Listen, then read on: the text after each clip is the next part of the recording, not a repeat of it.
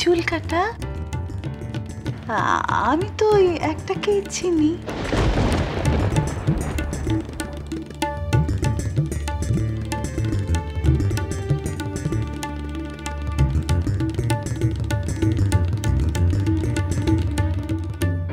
তিস্তার সাথে আমার রিলেশনের ব্যাপারটা মিসেস গোস্বামী আর কনক ছাড়া তো এসব আর কারোর জানা কথা নয়।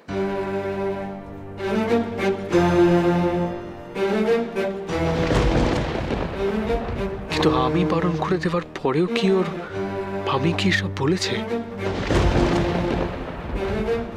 তাহলে তো ঠিক করেনিও।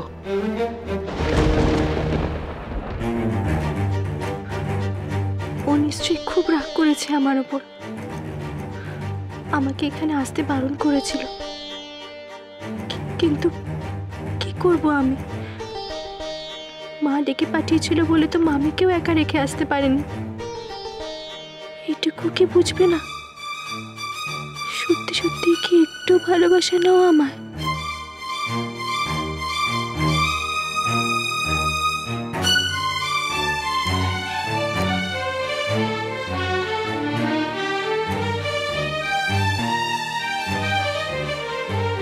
না, ভালোবাসি না আমি তোমায়।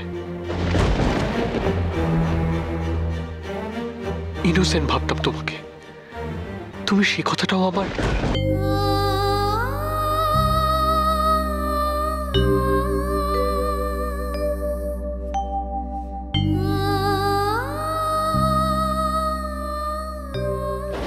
আপনি আমাকে শাস্তি দিন মা। আমি মামির কাছে থেকে যাওয়ার জন্য জেদ করেছি, ওদের কারোর কথা শুনিনি। আপনাকে জানিয়ে অনুমতি নেওয়া উচিত ছিল, আমি সেটাও করিনি। আপনার কথার অবাধ্য আমি হয়েছি মা। কিন্তু ওই বাকি ওর সাথে আমি যা করেছি তারপরে ও আমার এত কেয়ার করে কি করে? কেন? মা মা আমি এলাম বুঝলে। ওই হাদা গঙ্গারামটা তো আমাকে চোখে হারায়। বেশি দেরি হয়ে গেলে খোঁজাখুঁজি করে সারা বাড়িটাই একেবারে মাথায় তুলবে। না না মা, রিস্ক নিয়ে লাভ নেই, তুই যা। হ্যাঁ শোনো না, তুমি চটপট খেয়ে দিয়ে ঘুমিয়ে পড়ো, ঠিক আছে? এলাম, হ্যাঁ, গুড নাইট। Good night.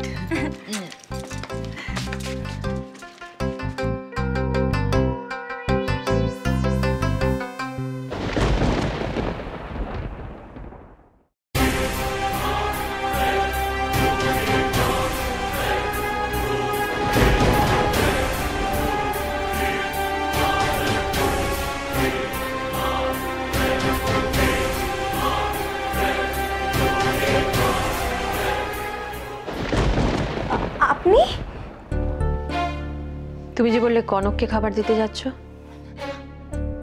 হ্যাঁ তো, ওকে খাবার দিয়ে ফেরার সময় মনে হলো যে মায়ের জ্বরটা কমেছে কিনা সেটা একবার দেখে যায়, তাই আর কি। আমি কমেছে জ্বর? সেটা বাইরে থেকে দেখে বোঝা যায় না। এত দূর যখন এলামই তখন চলো ভেতরে গিয়ে দেখি ওনার জ্বর কমেছে কিনা।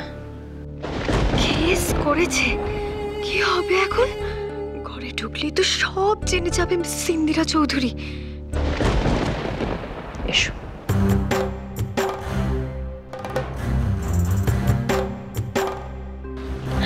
না না, ইয়ে মানে আমি বলছিলাম যে মাকে এক্ষুনি আমি ওষুধ খাইয়ে শুয়ে দিয়ে এলাম, তাই এখন না গিয়ে যদি। এক্ষুনি ওষুধ খাইয়েছো মানে উনি এক্ষুনি ঘুমিয়ে পড়েছেন সেটা নিশ্চয়ই নয়। এসো অপ্র। না মানে আমি বলছিলাম যে কাল সকালবেলা যদি।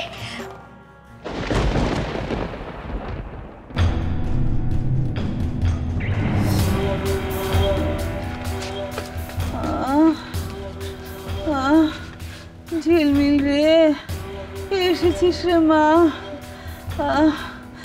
মাথাটা কিরম ডিপ ডিপ করছে রে। হ্যাঁ মা, আমি এসে গেছি মা। একটু মাথাটা টিপে দে। তো হঠাৎ করে এলি যে? মা আমার মন বলছিল যে তুমি খুব কষ্ট পাচ্ছ মা, তাই আর অব্রর সাথে আর ওনার সাথে দেখা হয়ে গেল। ওনারা তোমাকে তোমাকে দেখতে এসেছে মা, ওঠো। আস্তে। এত রাতে আপনি আমাকে দেখতে এসেছেন বেয়ান? খুব জ্বালাচ্ছি না আপনাদের? অভ্র চলে এসো, ঝিলমিলের হয়ে গেলে চলে আসবে।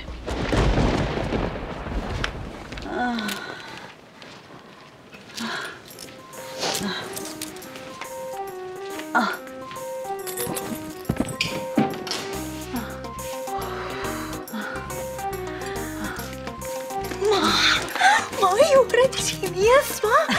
উফ বাবা, আমার তো প্রাণটা একটু হলেই বেরিয়ে যেত। তো ভাবলাম সব কোথায় গেল আজকে। এত সহজে যাবে বলে কি এত কষ্ট করে এ বাড়িতে দিয়েছি?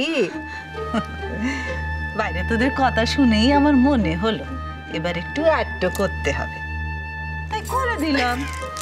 মা তুমি শুধু করনি, জাস্ট ফাটিয়ে দিয়েছো মা। ফাটালাম আর কোথায়,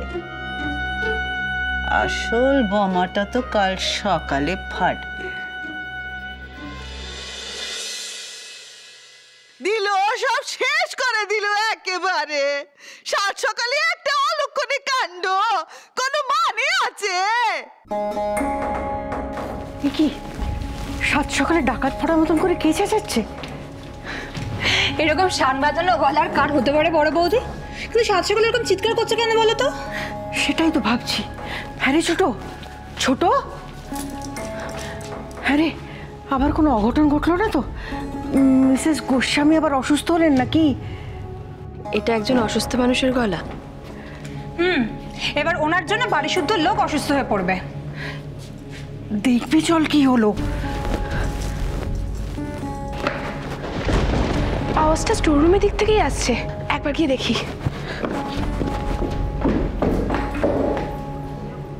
মায়ের কথা ইস কথা, সকালে বোমা ফাটাবে বলেছে, একেবারে সাত সকালে অ্যাটম বোম ফাটিয়েছে। দেখতে হচ্ছে তো। আর কবে বুদ্ধি হবে রে তোর? এটা কি তোর বাপের বাড়ি পেয়েছিস যে যা খুশি তাই করবি? শিখে শিখে তোকে আর পারলুম না রে, কিছু মাথায় রাখতে পারিস না কো। কি হয়েছে মিসেস গোস্বামী?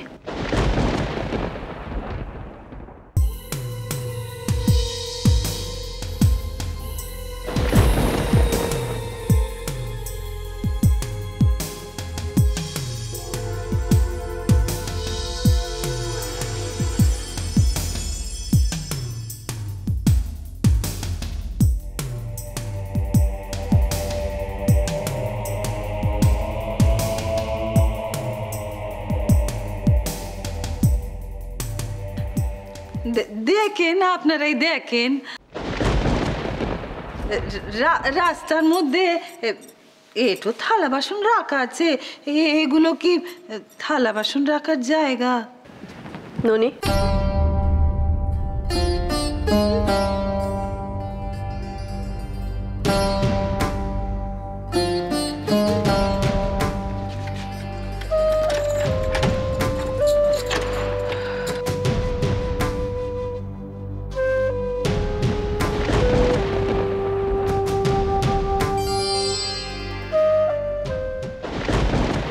ওরে হত ছাড়ি, খিদে পেয়েছে, খেয়েছিস, ভালো করেছিস, কিন্তু তাই বলে এটো থালা বাসন পথে রেখে দিবি রে? হ্যাঁ, মানছি তোদের 10টা ঠাকুর চাকর আছে, কিন্তু রাতে রাখা এটো থালা বাসন সাত সকালে ওরা এসে কুড়োবে? হ্যাঁ, হু করে চান করেছি সকালবেলা, তারপরে এটো থালা বাসন পেরিয়ে আবার চান করে মরি আর কি।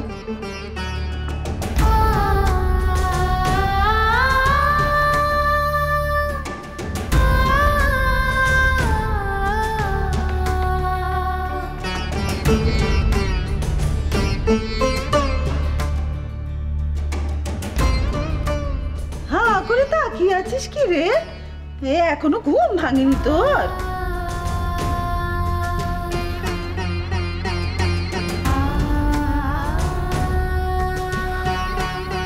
মামি, আমার হয়েছে যত জ্বালা।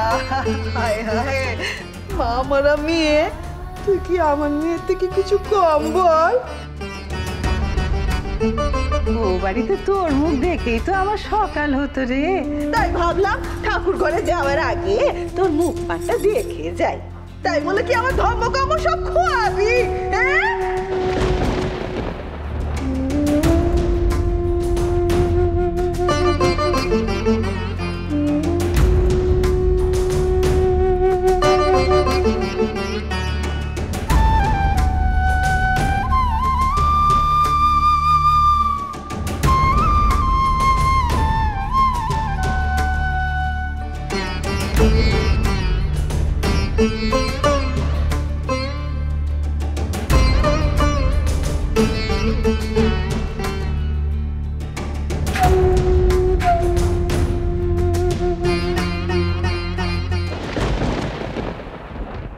করে মা, তুই পুজো কর তো দেখি। ওম শ্রীকৃষ্ণ নমো, ওম রাধা নমো, ওম শ্রীকৃষ্ণ রাধা নমো।